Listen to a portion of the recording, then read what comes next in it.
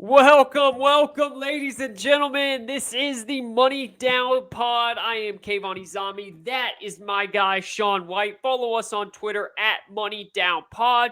You can follow us solo, as always, at Kayvon_sports, at Dumpster Fire Fan. We are super happy for all of you to join us on this beautiful wild card edition show. The playoffs are officially here, Shawn. It is the greatest time for the NFL, and we got some damn good matchups, bro. How are you doing today? Doing great. I can't wait for this to start. We were breaking down these matchups. Either way, the way some of this might shake out, this is going to be an excellent playoffs. It's going to be great to watch for It, sure. it, it really is, man. We were looking at like the second round possibilities, and really, there's a lot of. It's really a win-win. We don't see a lot of possibilities that could have some bad matchups. So we're gonna get right into it for you guys. How this show's gonna work is straight up. We're going to go game by game. We are going to break down every single wild card game. We're going to tell you about the game. We're going to tell you our thoughts, how each team can win. We're going to then talk a little bit deeper about which QBs under most pressure. We're going to talk about that within each game. And then we will give you our playoff picks from the wild card all the way to the Super Bowl. And these are just our money line picks, who we think wins and moves on all the way to the point where they are holding the Lombardi Trophy up when it's all said and done. Then, after that, to wrap up the show, we will give you our best bets, our actual picks against the spread for this weekend. So that's how it's going to work. Moving forward for the Money Down Pot, we will reiterate this at the end of the show. We are going to start next week, now that college football is over, into draft talk. I'm telling you right now, ladies and gentlemen, you will not find another show that is going to start talking about the draft as early as we are. We love the draft. It is something me and Shawn do year in and year out, where we just talk about it amongst each other. And this is the first year where we're bringing it live to you guys. So if you are excited about the draft, if you want to hear about your team and the needs that your team has and who you guys want to pick, let us know your questions and we will answer them, because we are starting the draft early. And then obviously we will still do our normal playoff, our weekly breakdown, and then our weekly preview each week as well for the NFL games moving forward. So enough with me talking, Shawn. Let's get right into it for the first game, Saturday, Bengals Raiders. Look, man, to be honest with you, there's a lot of feel-good stories in the playoffs. I think these two teams are probably the best feel-good story, especially the Raiders. I don't know how you can. It's hard to root against the Raiders right now. I mean, just everything they have going for them. Rich Bisaccia's getting his first chance as a head coach. The Max Crosby story, the Darren Waller story, Derek Carr finally getting to play in the playoffs. And then you have this Bengals team that has so much swagger for such young kids. I mean, they're young guys out there, and they've got so much swagger. They expect to win every single game. It really is two of the most surprising teams this year, and two of really good stories this year. Your thoughts on the Bengals and the Raiders? Yeah, talk about overcoming adversity for the Raiders. I mean, everything they've went through this year from Gruden, Henry Ruggs, everything. I mean, they just had another DUI case kind of go down. I Yep. mean, with Nate Hawks, that's something else. The way they overcame things. Props to Derek Carr. He doesn't get enough credit. I know a lot of people have been bringing him up now, but he really doesn't. It's going to be interesting to see what they do with him in the offseason, because he definitely deserves an extension. As for the Bengals, they're the young up and coming team. I mean, if you have a number one pick as a quarterback, this is what you look for. If you're the Chargers, you look Yes. for this. If you're a Jags fan with Trevor Lawrence, you look for this. If you're a Bears fan with Justin Fields, this is what you want to see in year two. You want to see him take that next step and lead a team to the playoffs. What a job by the Bengals winning that division. This is going to be a matchup of feel-good stories, and it's a great way to start the playoffs off going on. It's actually, I think it's going to be a tight game, to be honest with you. I think Derek Carr is going to be hungry to win for sure. I think the Bengals might have too much firepower. I think Burrow's going to come out slinging it. He's going to kind of be playing with a little bit of house money, and they're good at home. So I'm kind of leaning toward the Bengals for this matchup, and that's who I have moving forward. But I think it's going to be a closer game than some people are predicting. I'm thinking maybe a field goal game right there. It's going to be tight. Yeah, so little tease for moving forward. This game will be a part of my best bet for this weekend. This is my favorite game in terms of picking, and I will tell you guys who I think is going to win this game and cover the spread as we move forward here. But I'll tell you this, man. Like I said earlier, it's really hard to not cheer for the Raiders. The Raiders with what they have going on, it's incredible, and it's also really exciting to see Derek Carr in the playoffs. Because if we remember, man, the one time that they made the playoffs, Derek Carr was having an MVP season. Matt Ryan won the MVP that year, by the way, 2016. He was having an MVP season, though, and then he broke his leg the last couple of weeks before. I think it was maybe even like the second to last week or something. He broke his leg. And if you remember, they played the Texans in the first round. Matt McGloin played. It was a big disappointment. They obviously lost. So Derek Carr has not actually played in the playoffs yet. So it's going to be fascinating to watch him play.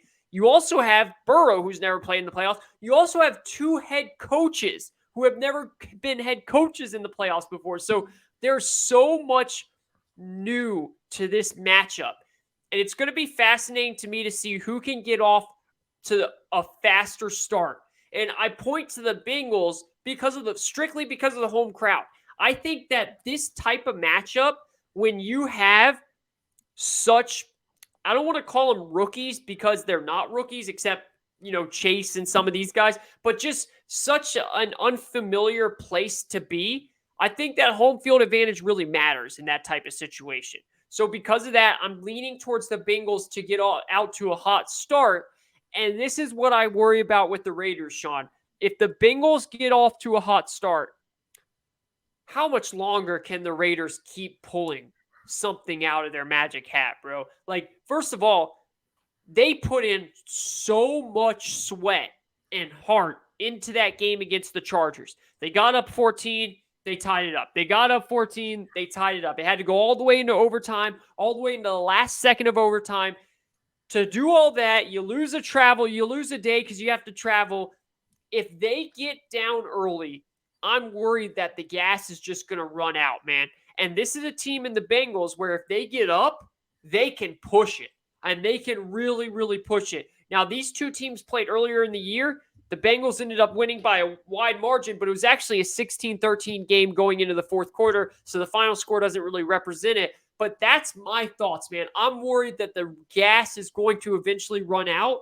And the Bengals, even though they're not familiar with this area, they're a team that I think could kind of push it on the throat and just end the game if it gets to that point. Yeah, and I do think you make a good point. I think the weather could be a factor. The Raiders are definitely a dome team, a warm weather Yeah. team. So going up north, that could really bother them a little bit. We saw them with the Browns. That was generally a windstorm last year, the year before.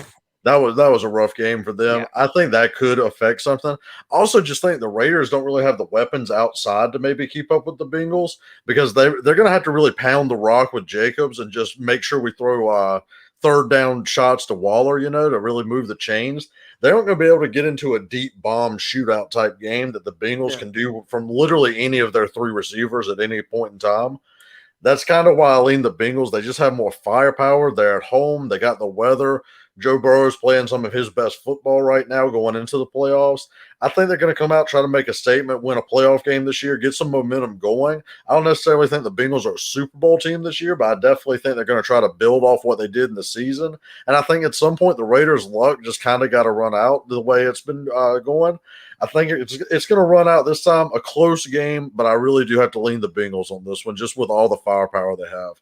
Yeah. I think that's a great point. And to me, it all comes down to the D-line. First of all, they got to get Waller involved. Waller's finally back. He hasn't been involved. He wasn't involved much in the playoffs. He went for a season high when they played earlier. He went for 116 yards.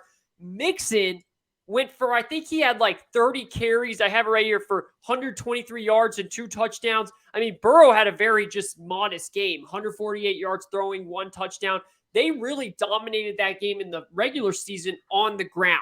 If the Bengals can get Mixon going, that's going to be key. But to me, it's going to come down to that Raiders D-line. The Raiders D-line, to me, other than Carr, is the reason why they've had this success at the end of the season.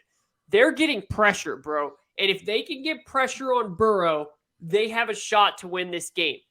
I don't know how much they'll be able to generate that pressure, but the Bengals offensive line isn't great, but if they can get a lot of pressure on Burrow, they have a chance to win that game. Real quick, how do you feel about the Bengals, their skill position pick, Chase, against the secondary of the Raiders. Look, we know I can never pronounce his name, but the guy I wanted as a safety, instead we took Richie Grant, Morig. Oh yeah, Trevor Morig, Yeah, I wanted Merrick. him. It's Merrick, Merrick, yeah, I wanted him. He's had a very good rookie year. He's had a really good rookie year. They've done well at the outside. They have young pieces there. How do you like them matching up against Chase and guys like that? So I'm gonna be honest, I hate that matchup. It's a lot like the Chiefs to me. Like where I called it earlier, the Raiders play that single high cover 3 look that I saw in Jacksonville and you saw with Atlanta for years.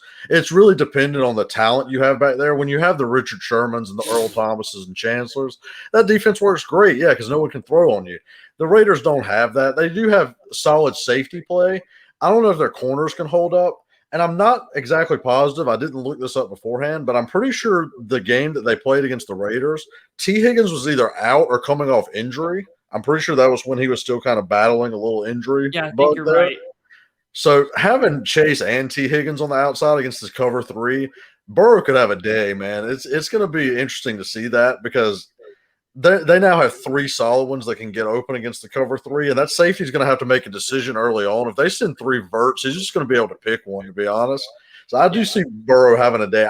Like I said, I think it's going to come down to the Raiders' skill positions not being able to keep up with the scoring the Bengals are going to do, because I don't know how much heat they're going to get on Burrow without blitzing either. I know Ngakoue and Max Crosby are solid edge rushers, but one of their better D tackles did get hurt in that Chargers game. He's down and out. So that kind of hurts them on the interior. We'll see kind of what the game plan is. They'll probably fill each other out. I do expect Gus Bradley to make some adjustments, but like I said, they didn't really have T. Higgins that game, I don't believe, and that's going to be a big wrinkle into it when they play. Yeah, T. Higgins did play that game, but he only had 2 catches for 15 yards. So I think it's I think he just came back from injury. They were just incorporating him. It's a great point by you. Again, I'm worried that the Raiders are just going to run out of gas. I really think this is one of those games where home field advantage, I don't always take in home field advantage. I do think it means more in the playoffs, but I do think it means a lot more in a game like this where it's unfamiliar territory for both teams. And I think the Bengals could really ride that home crowd to a victory. And as I said, I will pick this game as my best bet later on, but I'm giving you a hint right now that I'm clearly leaning towards the Bengals. Let's move on from this matchup to the Saturday night game, which the television networks, the NBC, I think it's NBC, CBS, excuse me, they just had to put this, or the NFL, I guess, just had to put a game in the middle of January in Buffalo as a night game. Like, to make it 20 times colder, bro. Like, it's going to be freezing. We've seen the temperature. Honestly, I don't know. I look into some of this sometimes because I'm just nerd about it. Their tickets are still for sale, which is shocking to me for a Buffalo game. But that right there, I think, just tells you how freaking cold it's going to be. I don't think many people want to go watch this game in there, man. Obviously, it's going to sell out. Their fans are going to be loud and all that stuff. But look, we can't talk about this game without talking about the weather, because the weather is important here. It's 1v1 regular season. Bills 1-1, Pats 1-1. The tiebreaker here in the playoffs. What are your thoughts on this game? Yeah, the weather's going to play a factor. And for anyone that doesn't know, I live in Maine right now. It's 17 degrees, but the wind chill has it. The real feel is 1. That's what it's like right here. So Buffalo is going to be freezing, and that wind is going to be up. That's going to be the big issue that everyone's going to have to deal with. I'm going to be honest with you. I don't see the Patriots being able to incorporate a 3-pass game again. I don't think that's going to happen. I think Mac Jones is going to have to make some throws, and that's kind of where I don't see it happening. I don't think Mac Jones is going to be able to throw in this weather all that well. Whereas even though Josh Allen's inconsistent with his throwing, he still has the arm to cut through it. So he will be able to make some plays. And if the arm doesn't work, they got Singletary involved enough to get their run game going, and Josh Allen can still run off of that. I think there's just more ways that the Bills can score in this weather than the Patriots can. But with that being said, it's so hard to bet against Belichick. It is. It's so hard to go against a Belichick coach team, especially when you do deal with a weather situation like that, because he has everything accounted for. Believe me, he's going to have a game plan perfectly for the weather and this team going in. He knows them well. I've got to lean toward the Bills a little bit because they're just more dynamic at quarterback. I feel like Josh Allen can make plays down the game on the home stretch of it. I think he's going to come through in the end. I think it's going to be low scoring. It's going to be a close game. I feel like McDermott's going to have the game plan figured out to stop that run that killed him in that first weather matchup. I feel like that's where we're going to be.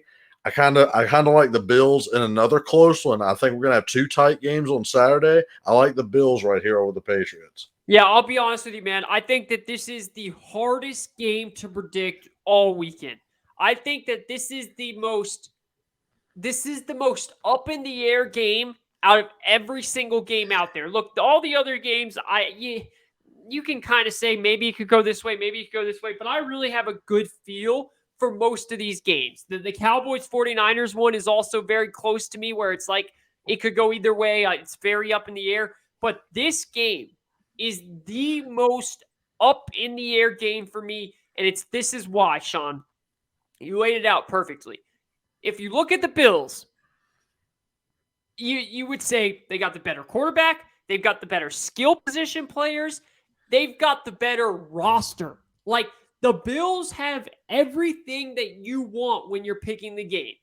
The Patriots have 2 things, and to me, it's 2 massive things. One is Bill Belichick, and 2 is that weather.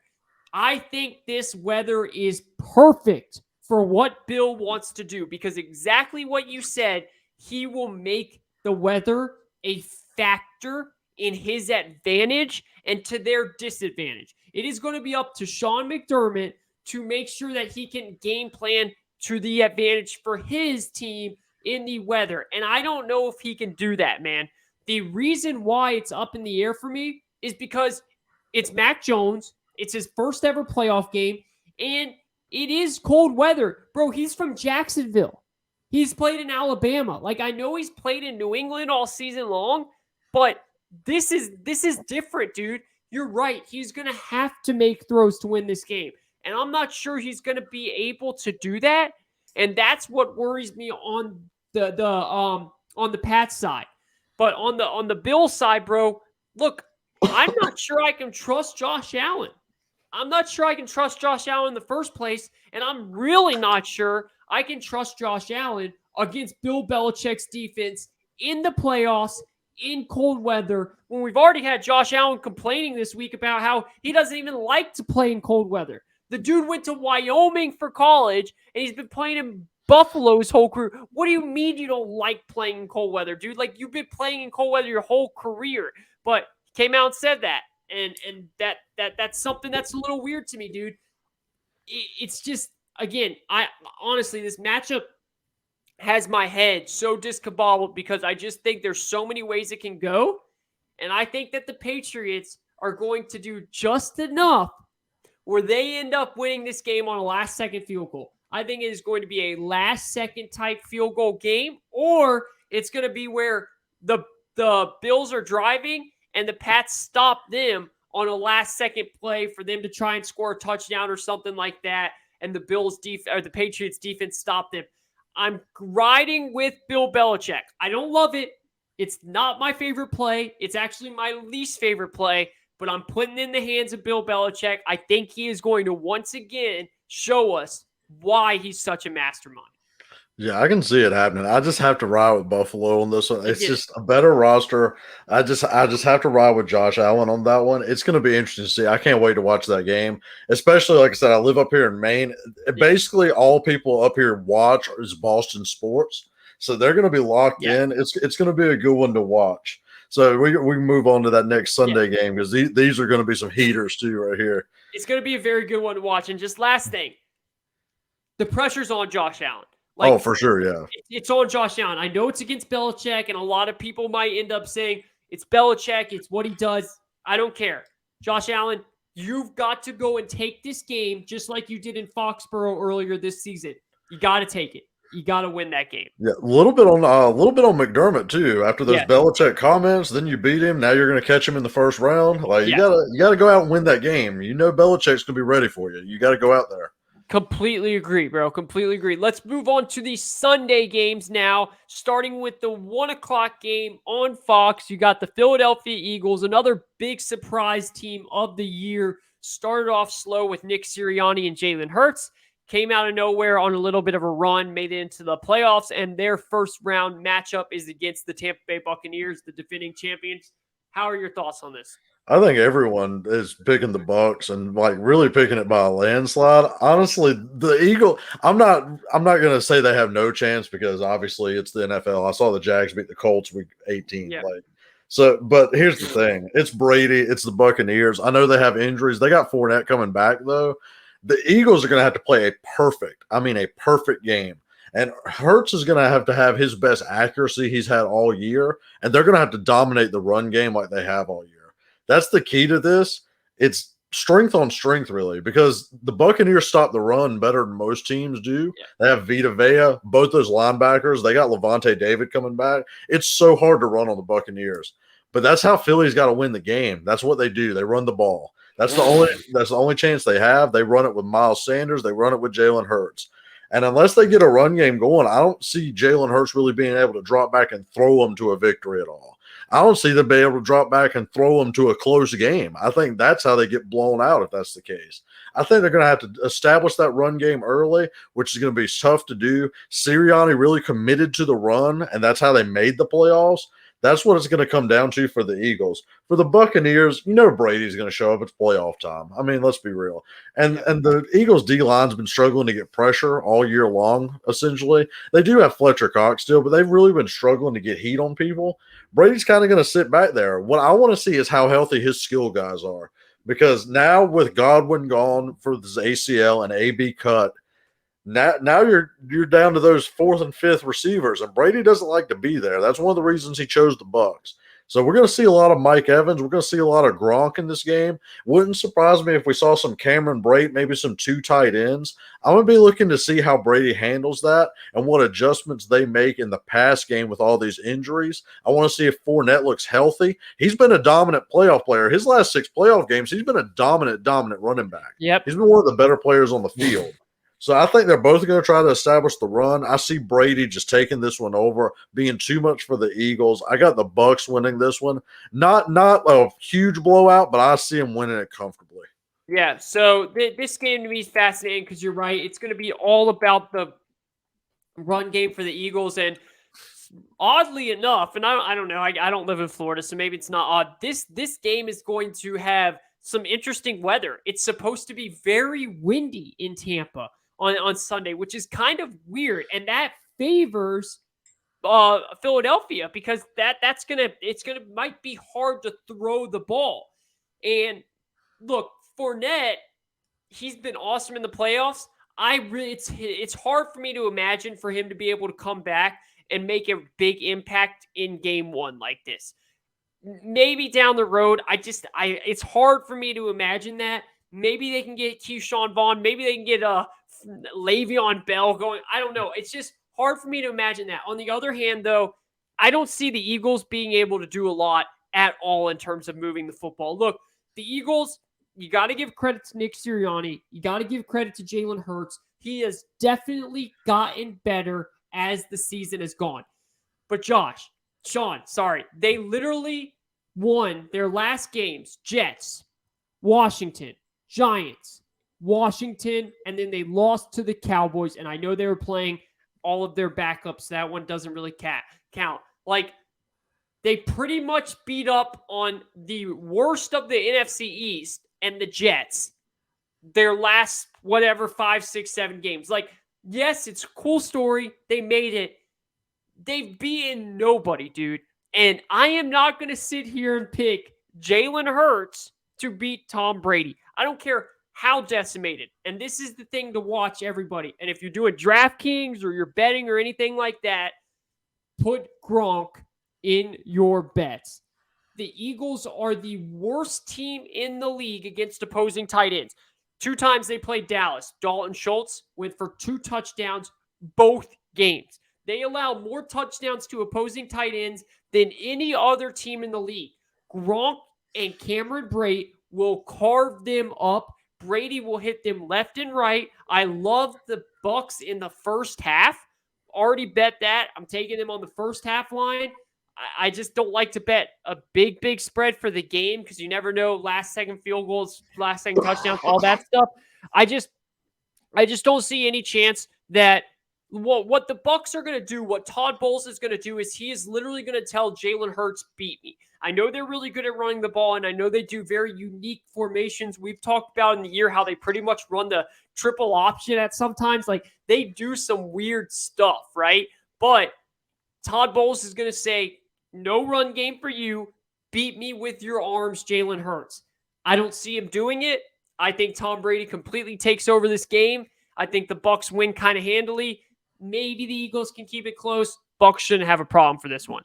Oh yeah, for sure. Like I said, I think it'll be a comfortable win. I don't know if they're going to win by like 20 points or anything, but it'll be a comfortable. It'll be a comfortable. It'll be right where Vegas has it almost. It's going to be right where if you have the 12, you're going to be kind of sweating it. That's where it is. Like if you take the Eagles and you have the 12-point spread, you're going to be sweating that because it's going to be right there, 12 to 14.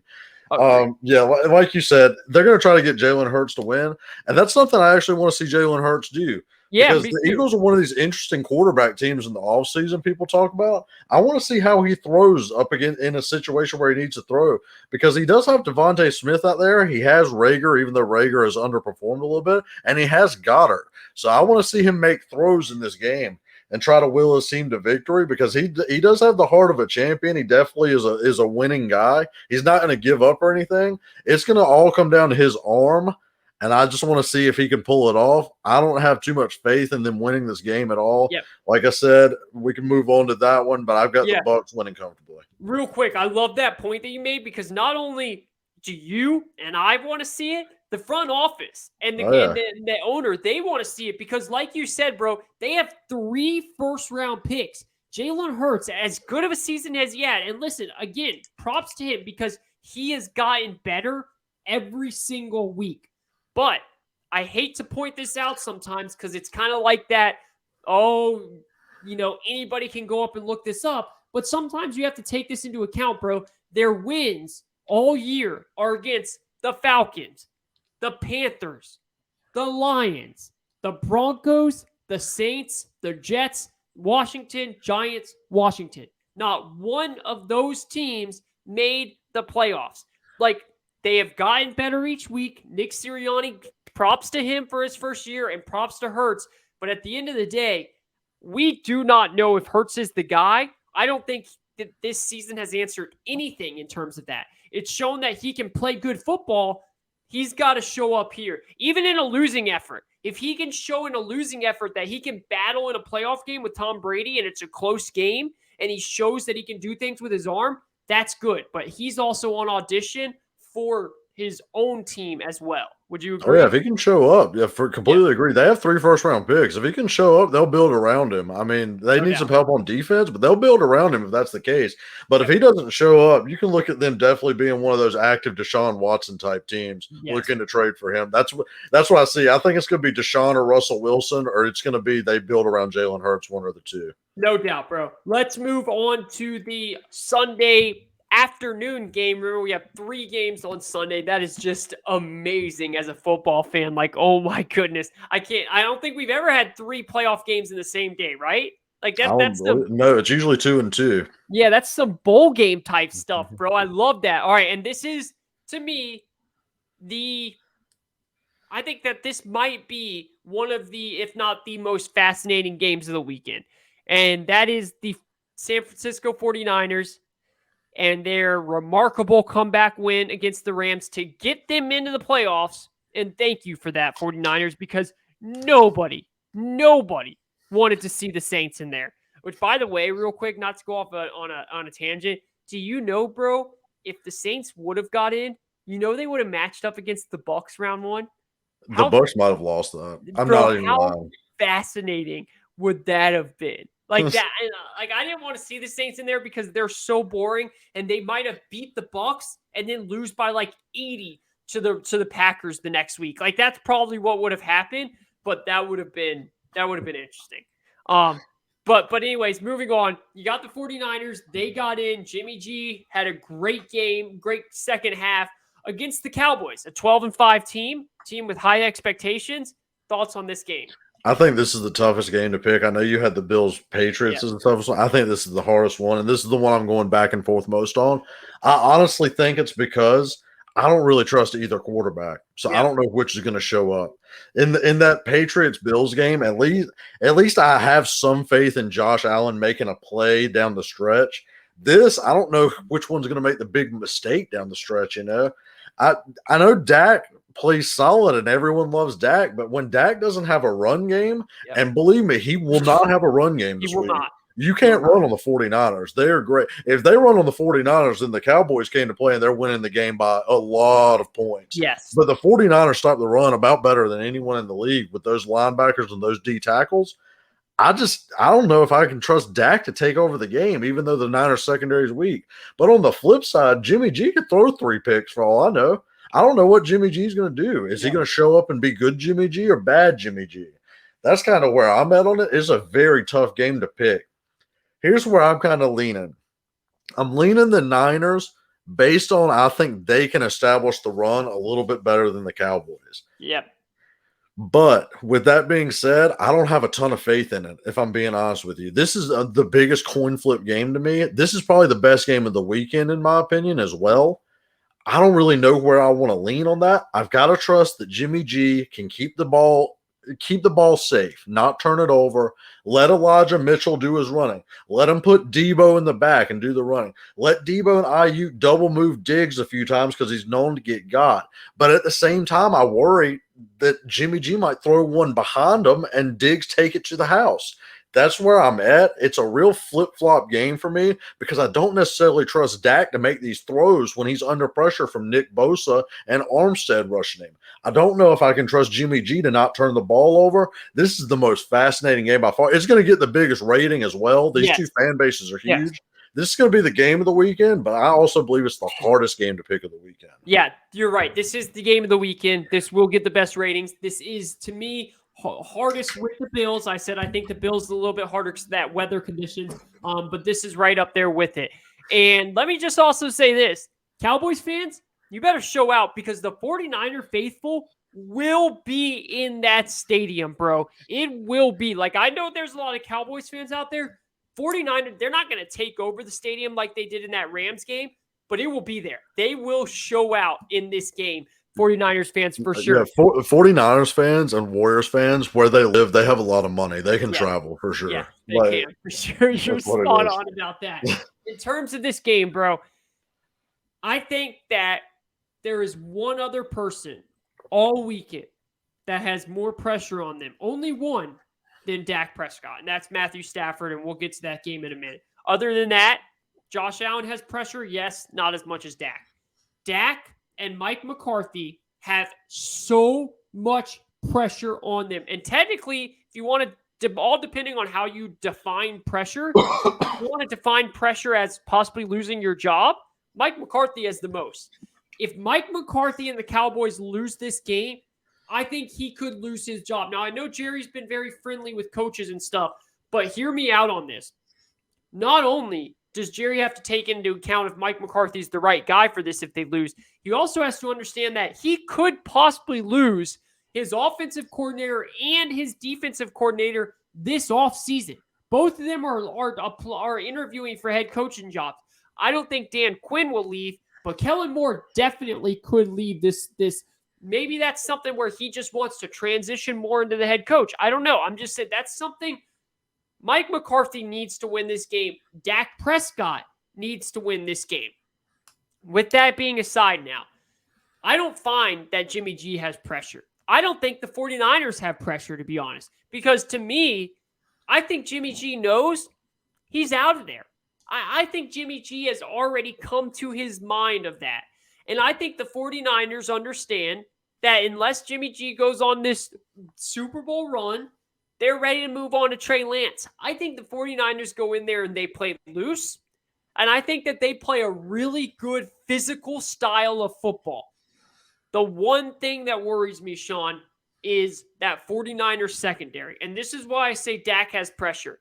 Dak with CD and with Cedric Wilson and with Amari Cooper and with Dalton Schultz, they should dominate that secondary. Because like you said, they're not going to be able to run the ball on them, but you can throw the ball on the 49ers. Dak should be able to have a big, big game in the air. And if he doesn't, if he has a mediocre game, if he throws a couple turnovers, that's worrisome. That's an issue. That's what you don't want to see in your franchise quarterback that you paid a lot of money for. To me, though, I do think that the 49ers will be able to establish a run game. I think that offensive line is physical enough.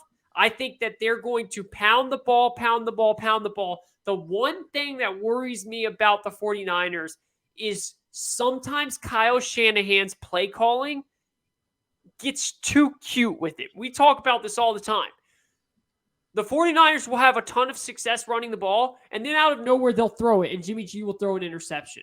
They do it all the time. It's the run game is clearly working, and then, first and 10, let's throw it this time, and then it's a mistake. If Kyle Shanahan can stick to the game plan and stick to running the ball when it's working, I think the 49ers win this game. I think they win it by a touchdown. I think the 49ers can really win this game if they stick to the game plan of running the ball. Yeah, he can get too cute for some reason. I don't understand it. I mean, they came out and I think the third ran like 10 straight times on the Rams, and that's what really sparked them. Yeah. So I don't understand why they don't do that. And then they got into the red zone, and they threw it, and Jalen Ramsey had that pick, even though it was an incredible pick, but that's what happened. I mean, to be honest, the way the 49ers run game is, they have the best left tackle in the league in Trent Williams. Yeah. And they literally have basically two offensive linemen in Juszczyk and Kittle. Like, they're essentially offensive linemen the way they block. So you're essentially playing a run team with 7 blockers, which is definitely hard to deal with.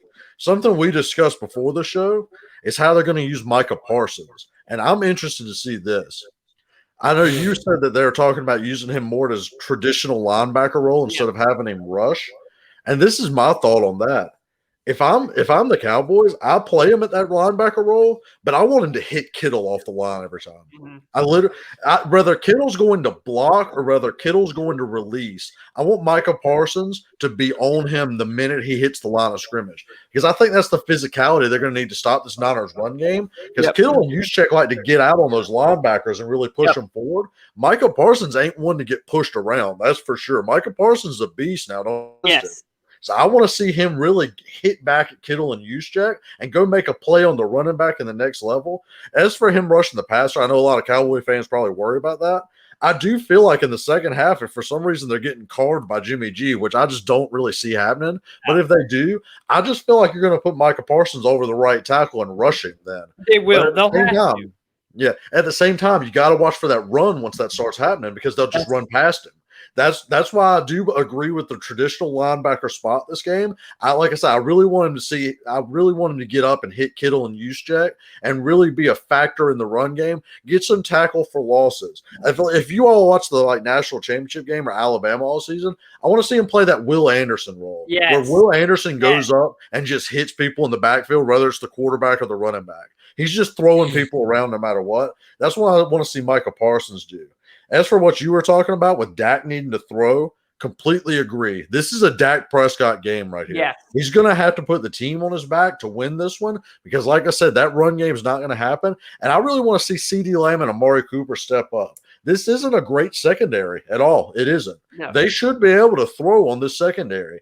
A lot of teams, if they don't complete balls, they get pass interference calls left and right. Josh Norman can be had on double moves. Ambry Thomas can be had on double moves. I know they have the other cornerback. I'm blanking on his name. He's a lot better.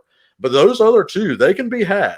I want to see Dak Prescott hit some deep shots this game. I want to see CeeDee Lamb ball out. I want to see him be a Debo type of yards after the catch type player, even though Debo's the best at it. But I want to see CD have that type of game. Another thing I want to look at, though, is the special teams. The Niners really struggle in special teams, man. They have a mistake about once every game or so. And I'd be a little worried about CD taking one back, maybe a muffed punt or something happening for the Niners. Got to watch that as well. I'm with you. I don't think it's going to be Niners by 7. I think this is going to be a close game. I think it's going to be 3. That's where I like it right there. I think it's going to be a close game, come down to the 4th. It's going to be a battle of which athletes can out-athlete the other one, and whether the schemes can happen. Because you haven't brought it up, but you got that Dan Quinn, Kyle Shanahan matchup. You know they're going to be going at each other from the Falcons. You're right. You know they want to go at each other real bad this game. It's going to be fun. I also do want to say Mike McDaniel's getting a lot of head coaching buzz. So I think he's going to want to come out with a good run game plan as well to support Shanahan. Really show he's a good candidate right here because he's getting a lot of head coaching buzz as well. I'm so excited for this game. It's the game of the weekend for me. I just can't wait to watch it. Yeah, no doubt. And Mike McCarthy needs to be very thankful that he has Dan Quinn, because if he didn't, the coaching matchup in this game is San Francisco miles ahead.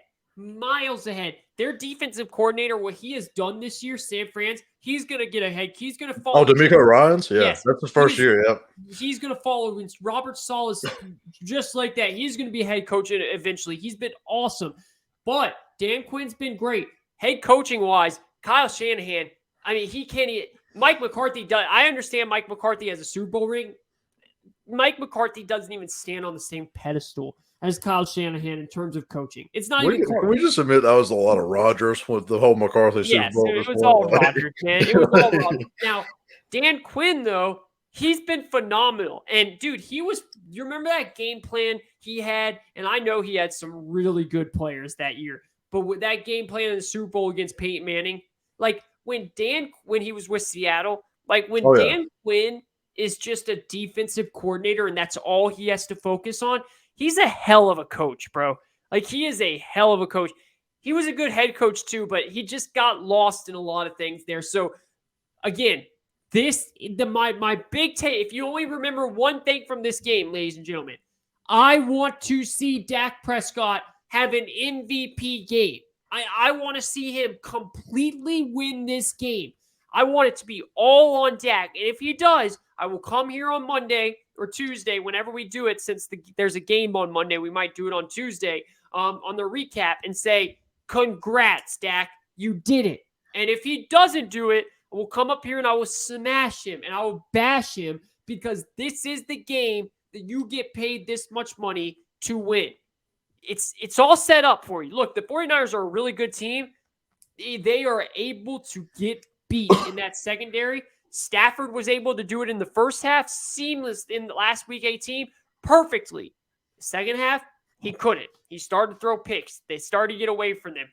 Can he do a full game of torching that secondary? If he can, I think the Cowboys win this game pretty easily. If he gets up there and starts choking around a little bit, 49ers are going to win this game. Moving on to the nighttime game. Interesting here. Interesting in terms of CBS wanted this as a night game, but I think it could be good. It could be. It's the Steelers and the Chiefs. These are usually the games where Mike Tomlin does do best, where everyone thinks they have no chance. What are your thoughts on this? I think this is get in the bed early and make sure you can stay up for Monday night, because I think this thing's going to be over by about third quarter. You're with the majority of people on this. Yeah, so happy retirement, Big Ben. That was good. It was a good run. Maybe by the second half they could show some of your old highlights so we can feel good about it. Steelers fans, I'm sorry. They're done for. Like, I don't know if they're going to lose as bad as they did in the regular season. It's going to be hard to pull that off, but they're definitely – the Chiefs are going to come in and just win this one. It's not going to be a chance, in my opinion. The Steelers do too much of these short passes, and that's what the Chiefs defend well. If you're going to have the Chiefs, you're going to have to throw it deep like Burrow and them did on them. That's kind of how you got to have the Chiefs. You either dominate the run game or you throw it deep. Yep. And I don't think the Steelers can do either one of them. So that's where it is on offense and defense. And then Mahomes, I mean, he killed him in that first matchup. But really, he's going to come out and sling it. I mean, let's be real. He's going to come out and sling it. This is going to be kind of a get-right game for the Chiefs, in my opinion. If they look bad, I'll get a little nervous for the second round, no lie. I kind of want them to come out, just dominate the game like they should. I think it should be over by the third. I think we should all get a good rest, unless you're a Steelers fan enjoying Big Ben's last ride. Yeah. You know, look, the Chiefs are going to win this game, but it's not that I'm saying Big Ben could come out and shock some people, but I think Mike Tomlin could come out and shock some people, and not shock the world as in win, but I think they could keep it close, man. I think that Mike Tomlin can come up with a game plan that can possibly keep that offense in check a little bit. Problem is, I don't think the Steelers can score at all. I Like was, that's the issue. That's the issue right there. I was Like, about to say, is Mike Tomlin going to shock us by throwing the ball instead of Big Ben? that's the problem, man. I mean, I really don't think that the Steelers can score. But dude, I'm not gonna lie, man. I wouldn't be surprised if at halftime we were seeing like a 9-0 game. Like I'm serious. I think Mike Tomlin could come up with a game plan well enough where he could possibly hold that Chiefs offense intact for a half or 3 quarters, and then the Chiefs end up winning like 24-7 or something, or like even like 28-7, something like that. Like I could see that happening, man. I think I got to give Mike Tomlin praise here, man. The way this guy coaches it's masterful. Now, I'm not betting on this, ladies and gentlemen. Like, let me just be very clear here. I'm not putting my hard-earned Steelers on the money line, yeah, big no, payout. that's not happening. I'm not even going to take them on the spread because I would not be shocked one damn bit if the Chiefs won by 50. But it's just hard for me to see how good of a coach Mike Tomlin is and to see how bad they lost that first game for that to happen again. If they didn't play earlier in the season and that game never happened, then I would be like, I think the Chiefs are going to run with it. I just think that Mike Tomlin's going to make enough adjustments defensively where it can be close and interesting for half the game, maybe a little bit longer. What are your thoughts on that? Yeah, I don't see it at all. I mean, All right. I appreciate the Steelers fans for voting Trevor Lawrence, Rookie of the Week, and donating to the Jacksonville Children's Hospital. We were happy to put you in the playoffs, believe me. But this I didn't want to see that shit. I did not want to see the Steelers in the playoffs. I'm sorry, but this was it for y'all right here, and y'all kind of knew it. Let's be real. Once the Chiefs matchup happened, it's like, yeah. I mean, I love Tomlin too to death, but I don't know you think he's not going to get schemed on the first drive by Andy Reid after Andy Reid's just been chilling there for a minute? Like, look, I think that Mike Tomlin is just as good. I think Mike Tomlin can do well against this. Look, I think Patrick Mahomes at times can be had in terms of the way he plays.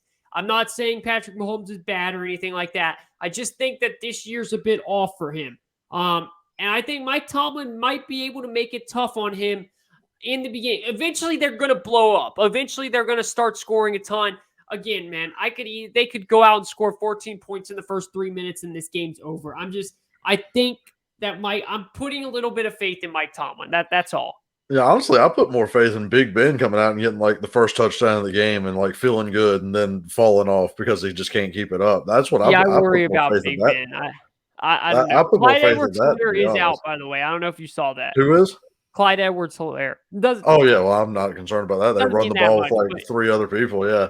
I'm more concerned about Tyreek Hill playing, but he looks kind of okay. But I think he's going to play. They need him. I mean, the game against the Steelers, he didn't even play. It was really Byron Pringle and the other group, like Robinson and Kelsey.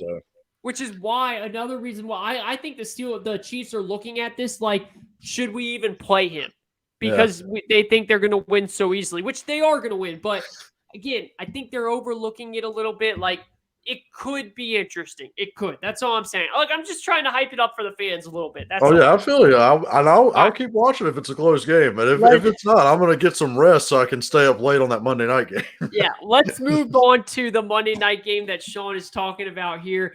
First ever wild card game on Monday night. It's a Monday night football game. It's a primetime game, and it is in SoFi Stadium, the home of this year's Super Bowl. And it's a division battle, bro. And if it wasn't for so many good games this weekend, I mean, shoot, even with those so many good games, this still could be argued as the best game of the weekend. My money's on the Dallas game, but this game could be phenomenal. Shawn, your thoughts on this game? Oh, it's going to be crazy. And it's a matchup, too, because they're 1-1, and McVay usually dominates this matchup. But McVay has something he hasn't really had. Usually he schemes around Goff and wins the game. Right now, he can't account for these turnovers Stafford does. So that's something you got to watch for. And McVay did just lose his first game after leading at halftime, ever. Yeah. He's never lost one. He was 45-0. So that's crazy too. So we're going to see how this matches up well. The Cardinals come limping in, but I'm not as concerned about that because now they got J.J. Watt coming back, and I know it's J.J. Watt coming off injury. That means something. Even if it's just leadership, even if it's just him calling out plays from the line, being kind of the captain on defense, that means a lot. I kind of like the Cardinals in this spot, to be honest. That's who I'm picking. I like Kyler to just do some things that the Rams defense can't account for. They started to get ran on. I can see them establishing a run, and then I can see Kyler just heating up and getting it going like he did earlier in the year. I really like the matchup for the Cardinals right here. I think they step out. I think Cliff comes out with his best game plan because I think he knows he's under this microscope without having the contract extension and everything. I think it plays in his mind a little bit. I think this is going to be his best game plan. He's going to come out rocking and rolling. He knows how important this game is. I kind of like the Cardinals right here. I actually prefer Kyler to Stafford in the quarterback matchup as well. The Cardinals defense is low-key a little bit better than what's led on, and now they have JJ back. I really like the Cardinals in this matchup, but the most pressure of anyone is definitely Stafford with the way he's been playing and with what they gave up to get him. Oh, it's such a big pressure game. I want to see if he can come through. Not even close. We had this debate, this talk last week. It's not – Stafford – is under the most pressure out of anybody in this whole playoff first round. And he's under more pressure than anybody in the whole second round, maybe other than Aaron Rodgers, but not really. Rodgers is just under pressure because he's got to win this year. Like, if he doesn't, that's after everything, that's a disaster. But, like, let me just put this in perspective if you didn't hear our last show. The Rams have given up everything, not just for Stafford, but for this team, because they said Jared Goff, a guy who brought them to the Super Bowl, a guy who went into New Orleans for the conference finals and beat the Saints. Yeah, you want to call it a bad call, flag, whatever. They still had to play overtime, by the way. Drew Brees could have won in overtime. No, Goff was the one that won in overtime. They got them all the way to the Super Bowl, and they said, he's not going to get us over the Super Bowl. He's not going to get us to win the Super Bowl. We need Stafford. If they do all that and Stafford comes out and can't eat, Goff won in Seattle last year, ladies and gentlemen. In Seattle last year. There is so much pressure on Matt Stafford. And I'm worried, man. I'm worried to see how he reacts.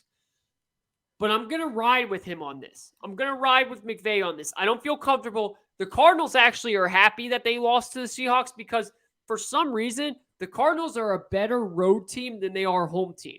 They've been awesome this year on the road. They've only lost one game on the road, and it was that weird Lions loss for some reason. They just didn't show up. Other than that, they have been perfect on the road this year. They played great football on the road. Kyler's been awesome on the road, and Kyler is such a dynamic quarterback where I wouldn't be surprised if he did end up winning this game. But I'm going to ride with McVay and Stafford. I think McVay is going to be able to outcoach Cliff. And I think Stafford's going to be able to limit the turnovers where they can end up winning this game. Cooper Kupp's going to be really big. The run game's going to be really big for the Rams. I'm just putting my heart into Stafford because, bro, I don't want to see him lose this. Because I will genuinely feel bad for him if he loses this. He will get crushed. I think Sean McVay's too good of a coach to allow that to happen. I don't know if they can move on from there, but I think Sean McVay will get things straight. This team will play good enough defense. Because that's one thing we haven't talked about enough, Sean. The defense has been an issue. Hasn't just been the offense. Now, the offense have put the defense in some bad situations with Matt Stafford's turnovers, but that defense has just been bad. When they played the Cardinals in LA earlier in the year, Chase Edmonds ran for like 150 yards on them. Like, if they allow that to happen, they've got no shot. So they've got to contain the run. They've got to make Kyler beat them in the air, which he definitely can. But I'm going to ride with the Rams on this one. Yeah, one thing that does concern me, even though I'm picking the Cardinals, is Hop's not playing, and that does put a big stressor. Because if you have Hop out there, even if he's not like 100%, even if he's like 60, 70, he's going to draw Ramsey every time. Yeah. So that's a big piece going one-on-one with him. And then that leaves that AJ Green, Christian Kirk, Ertz over the middle. That puts them at that second, third corner. The safety has to come down and cover them. Now you have Jalen Ramsey as a piece, basically, because I don't necessarily think you just line him up on one receiver right here. You're going to line him up on who you want to and move him around, and that's when he's most dangerous and most scary. So that is one thing that does concern me when the Cardinals are on offense. But I do think they might can get a little run game going like they did in that first matchup. They have been running it well. I know their backs are a little banged up, but I think they'll come back in. I think we'll see Kyler run a little more. I think he wasn't doing that at the end of the year where we saw them start to struggle. And I think it was because he knew he was hurt earlier in the year and wanted to save it a little bit for the playoffs. They clinched that berth early. So I kind of see Kyler running a little more than he has been and just using it up because he knows that it's win or go home. I think he'll go out there and do that a little more. It is very hard for me to pick Cliff over McVay. That's such a coaching mismatch for McVay, honestly.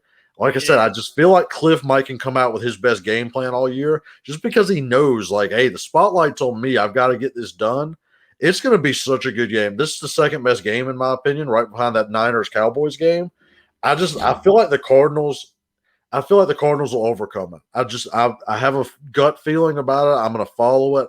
I like the matchup for them. I feel like the Cardinals are going to come out, win a close one, and move on, and maybe make a deeper run. We'll get to that bracket right here in a second. Yeah, we'll get to that in just one second. I just want to say one thing, and this might sound crazy, but dude, to me, I don't think there should be any pressure on Cliff. Like, I truly don't think Cliff should have any pressure. Like, to play a mental game, if I was Steve Keim and I was the Arizona owner, I would go up to Cliff on Saturday or Sunday night, and I would hand him a contract, dead ass, and I would say, don't announce this.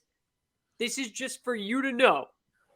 No matter what happens in this game, you're safe. Take the pressure off. Put all the pressure on Stafford because there should be no pressure, dude. First of all, the record has gotten better at 4-12, then 8-8, and then to what they are now, which is I think they ended up 11-5 or something like that. Like, he's gotten better every single year, and the goal this year was to make the playoffs. I understand expectations change when you start out that hot, but that was the goal, and that's what happened. Who are they going to go out and get that's going to be better than Cliff? They're not bringing a McVay over. They're not bringing and I'm not saying Cliff's some great coach, but it's not like there's some offensive mastermind out there that can bring Kyler to another level. They have no Hop. Watt is coming back from injury. Like, they buried through some ups and downs, and they got here to the playoffs. There should be no pressure in my mind on Cliff. This, to me, is the definition of owners outthinking themselves and GMs outthinking themselves.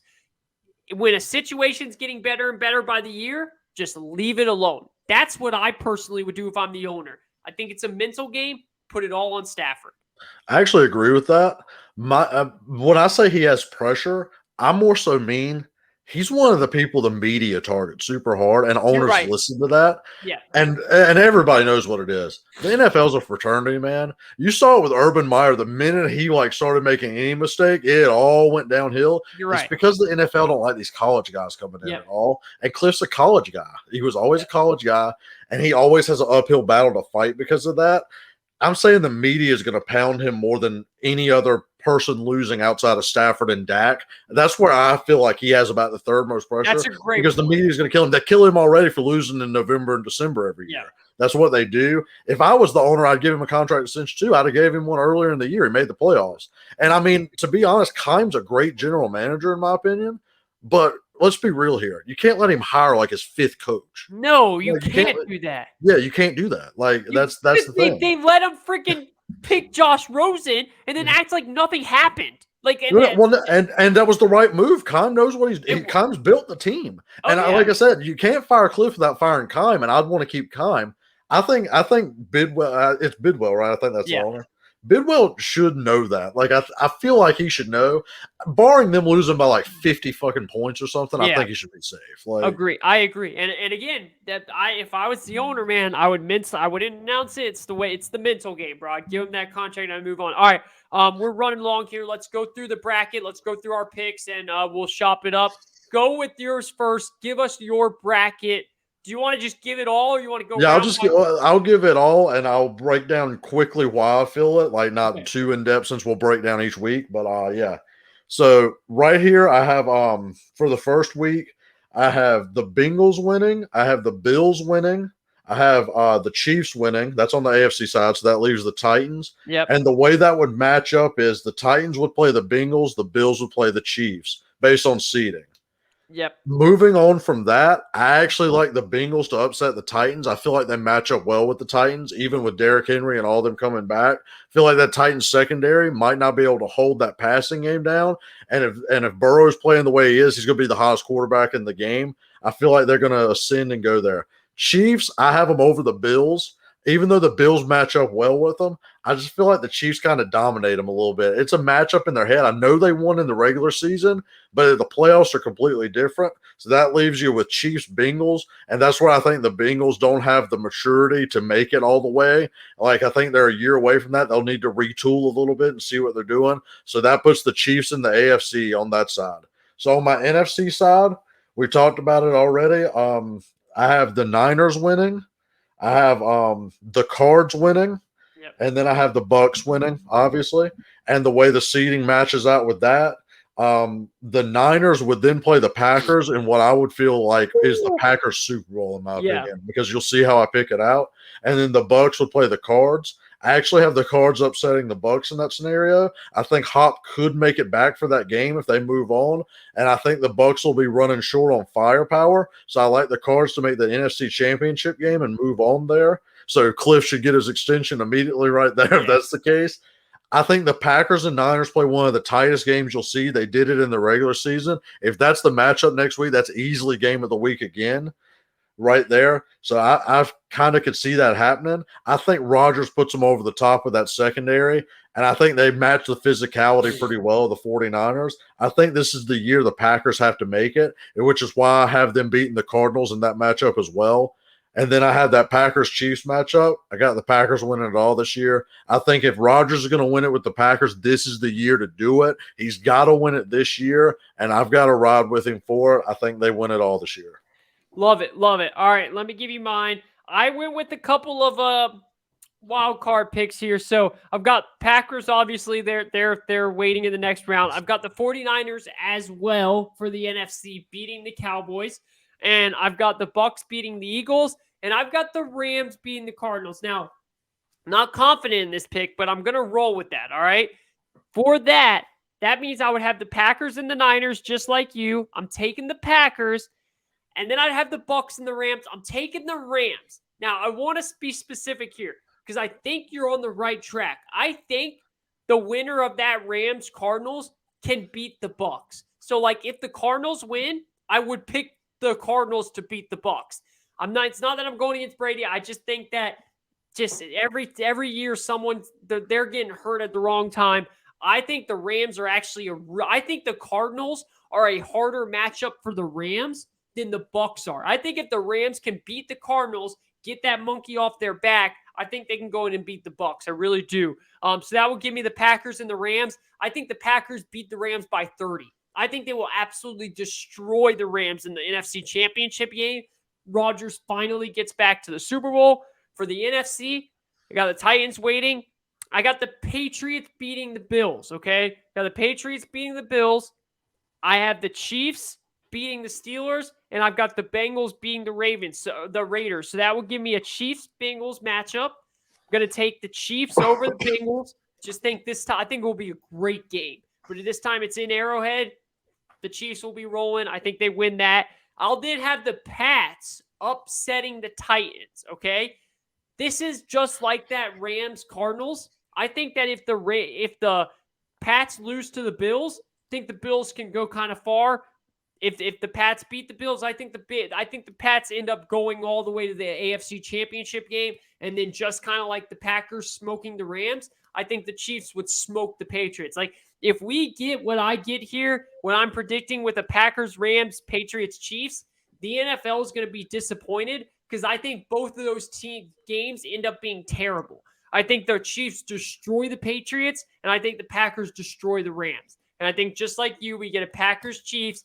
And I hate to not argue with you or anything, but if Rodgers doesn't win it this year, I mean, come on, man. Like, he's got to win it this year. He's got to. So, rolling with you, I'm going with the Packers as well. Yeah, they're the healthiest team in the league right now because they're getting Bakhtiari back. I believe they have Zadarius Smith and Whitney Merciless working out, Yep. and Jair Alexander's coming back. They're locked and loaded, man. If they can't win it this year, then I don't know what to tell them. It's going to be tough in Packerland because I think Rodgers might be gone if they lose this one too. Agreed. I mean, I love that pick too.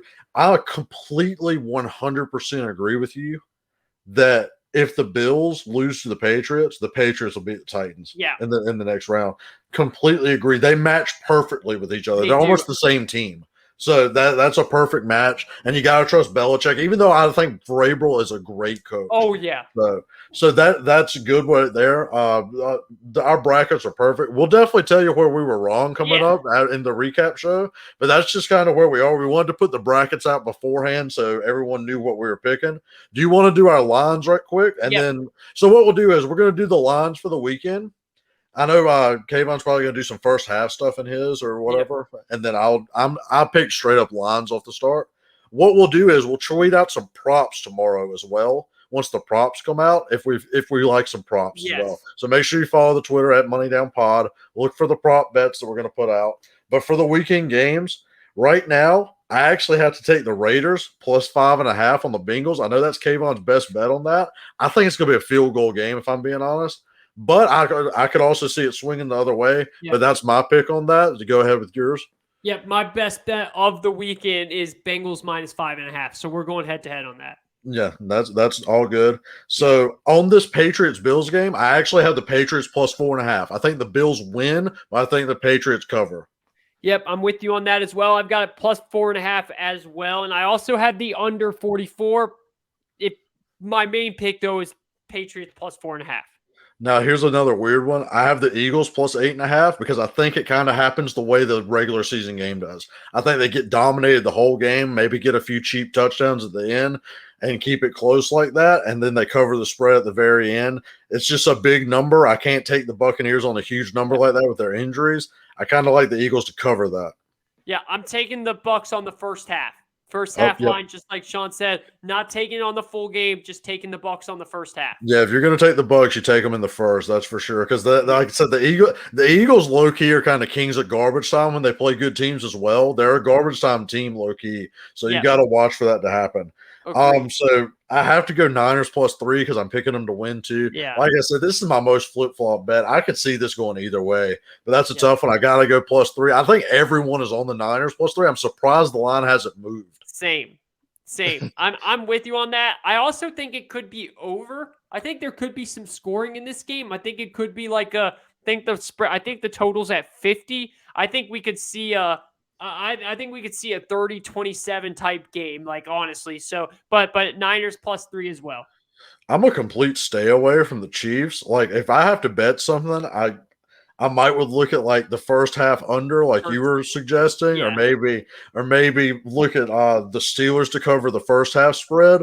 But if you're looking at these large spreads and the over unders, you got to stay away from this game completely. Yeah, in the playoffs, man, don't mess with large spreads. It's just don't bet at that point because it's sketchy to me. What I would look at, like I said, I would look at if you want to get all technical, I would look at a Steelers team total under. Like I said, I don't think they score many points. I think their team total should be right around like 20, if that. I don't know. I would look at that going under, but I don't have a bet on this game as well. Yeah, and lastly, I have Cards plus 4. Obviously, I have them winning outright. So if you want to put a teaser on the money line, I wouldn't mind that as well, whichever odds it gives you the best payout. And then I also have the over 49.5. I think it's a high-scoring game. Yep, I've got the over as well, and then I've got the Rams minus 4. All right, that sounds good. I like these picks. Again, we will tweet those out as well as mini player props, so stay tuned for that at Money Down Pod. Been doing it all season and doing really well. Thank you, everyone. I know this was a longer show, but we appreciate you guys tuning in.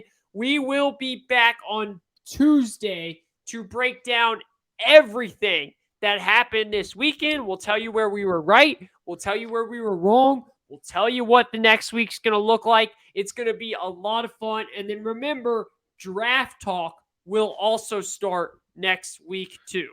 And this one's going up first, so you can see the playoff preview. But on Saturday morning, we're going to have our recap of the national championship game for college, our last college show. We're going to have that going up. So if you're in between NFL games, you want to hear what we had to say about the college football playoff national championship, Georgia getting the win, tune into that pod as well. We'd love to hear from you. Give us a comment, everything. We'd love to hear from you on all our platforms, and that'll be it. Yep, and follow us on Money Down Pod on Twitter. Give us a like and subscribe. And like Shawn said, let us know your thoughts and let us know what you want to talk about, and we will discuss it. Thank you for tuning in. We'll talk to you later on.